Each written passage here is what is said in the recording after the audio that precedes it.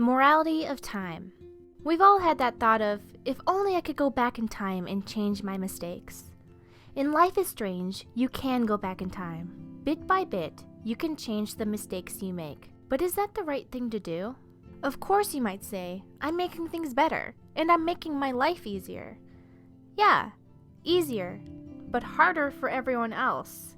Is it fair that you can not only make yourself perfect, but use time to take information from people and use it against them for your own gain?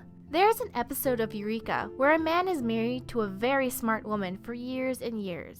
He is the leader of a team of experts and always seems to be able to figure out the equations that no one else can. However, it turns out he has a device that can make people forget the last 10 minutes of their life. He had been stealing his wife's knowledge for years, right as she discovered the answers. He stole her discoveries by making her forget that she had discovered the answer and then saying the answer himself.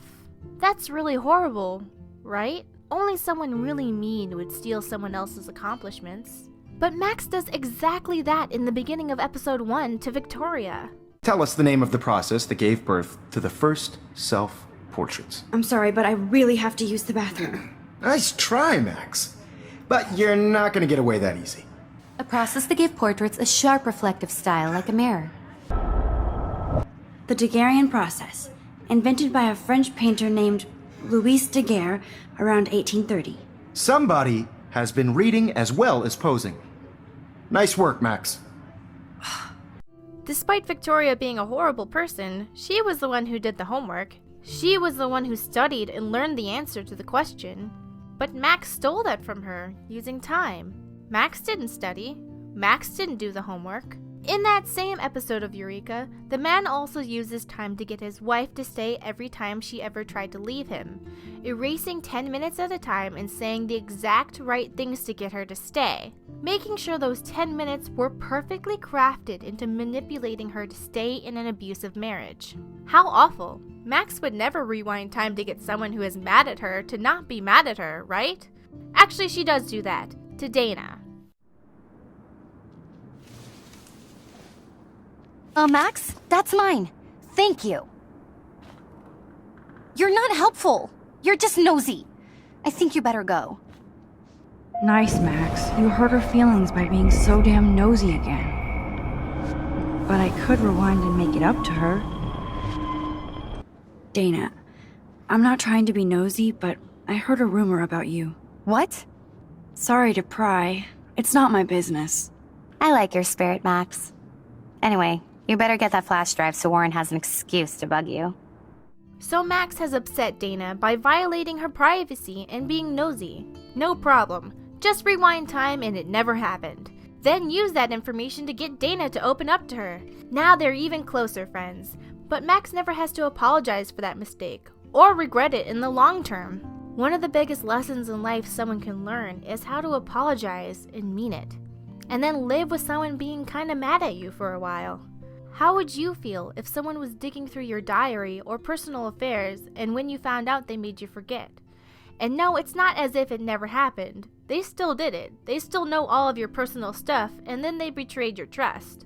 Trust is an important word here, as a lot of people trust Max, but Max betrays that trust every chance she gets.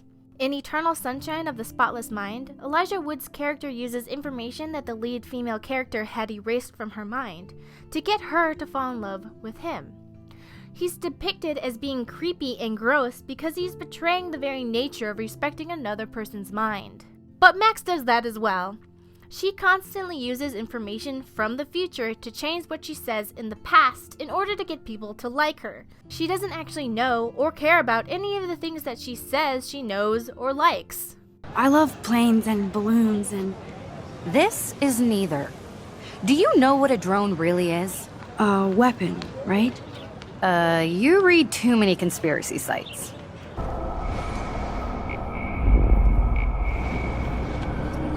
That looks like a high-fly drone.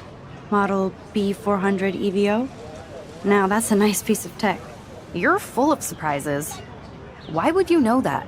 I love aerial photography. Drones are perfect for that, especially those with great range. It's a new era of images. Most impressive, Max. That was truly sad. Damn it! Thanks for your concern, Max Caulfield. By the way, Juliet Watson. Rewind. Well, let's go fix that. Juliet Watson, you be nice. I'm flattered. I didn't even think you knew my name at all. Of course I do. Better than having mean, bossy parents. I would love it if my mom was mean or bossy instead of sick. What about your mom? I've heard that your mother was sick. I'm so sorry. What happened to her? Well, if you do care, my mom had back surgery. Thrash? You mean stage diving or... You're such a poser. If you can't even name a simple nose slide or a tray flip, you should walk on.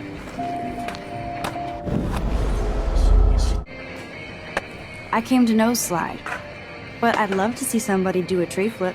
Oh, sick. You're not a poser. Nah. She doesn't actually care enough about Juliet to know her last name. She doesn't know anything about drones. She doesn't really care about what's-her-name's mom. And she actually is a skater poser. But it's all fine because she can rewind time and lie to everybody. Oh, but what's the big deal? Her intentions are in the right place and she just wants people to like her. Okay, well let's say you're one of those people who really do not like Warren because he's kind of awkward and a little creepy. It's not really his fault, he's just kind of like, that's just the way he is. Now imagine if Warren had the time rewind powers, and through the game he was presenting himself as a completely different person. Totally smooth, perfect, always says funny things at the right time, and knows all the cool info. Imagine your disdain for him now, and how betrayed and violated you would feel if all that manipulation happened to you. Now imagining the things done to yourself that you do to other people, and how that makes you feel, is the basis of empathy. Empathy is a skill that is developed over time by experiencing mistakes with other people. I'm not just talking about the immediate response. I'm talking about the long-term feelings people have when you have hurt them, or dealing with the fact that sometimes people just don't like you, and that's okay. When Max rewinds time, she doesn't learn anything. She doesn't learn that she should invest more time into thinking about other people's problems, or maybe commit their names to memory. She doesn't learn that she shouldn't go through other people's stuff without their permission. She doesn't learn that she needs to study a topic in order to be seen as cool and successful. All she learns is that she can rewind time and fix everything. She's not developing into a full person. She's just a reaction to the things happening right in the moment. Oh, but Mari, don't you control Max into doing all those optional rewinds? Yes, because I want to have a perfect game, a perfect playthrough, a perfect life. I want people to like me, I don't want my friends to die, I want to get good grades, and I want all that to come to me easily. I want that so bad that I don't think about the possible consequences in the future. I am willing to break the universe, let my body get ruined, and betray all sense of morality in order to be perfect, no matter how many warning signs I get. And isn't that the entire psyche of a teenager? Maybe one of the messages of Life is Strange is that life is not perfect, even when you make it perfect.